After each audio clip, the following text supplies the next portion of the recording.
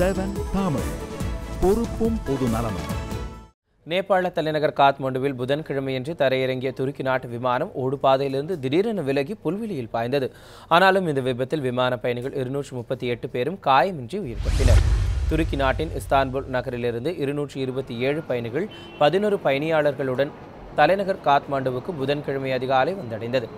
Airbus A330 வகையைச் சேர்ந்த அந்த விமானம் காத்மண்டு விமான நிலையத்தில் தரையிறங்கிய போது கடும் பனிமூட்டம் காணப்பட்டது. இதன் காரணமாக ஓடுபாதையின் மையப்பகுதியில் விமானத்தை தரையிறக்க விமானியால் முடியாததால் அந்த விமானம் கட்டுப்பாட்டை இழந்து அருகிலுள்ள புல்தரை மீது பாய்ந்தது. அதனைத் தொடர்ந்து விமானத்திலிருந்து 238 பேரும் அவசர கதவுகள் வழியாக உடனடியாக வெளியேற்றப்பட்டனர். இந்த விபத்துக்கு பனிமூட்டமும் வெளிச்ச குறைவுமே காரணமாக கூறப்பட்டாலும் உண்மை காரணம் குறித்து கண்டறிய போலீசார் விசாரணை நடத்தி வருகின்றனர்.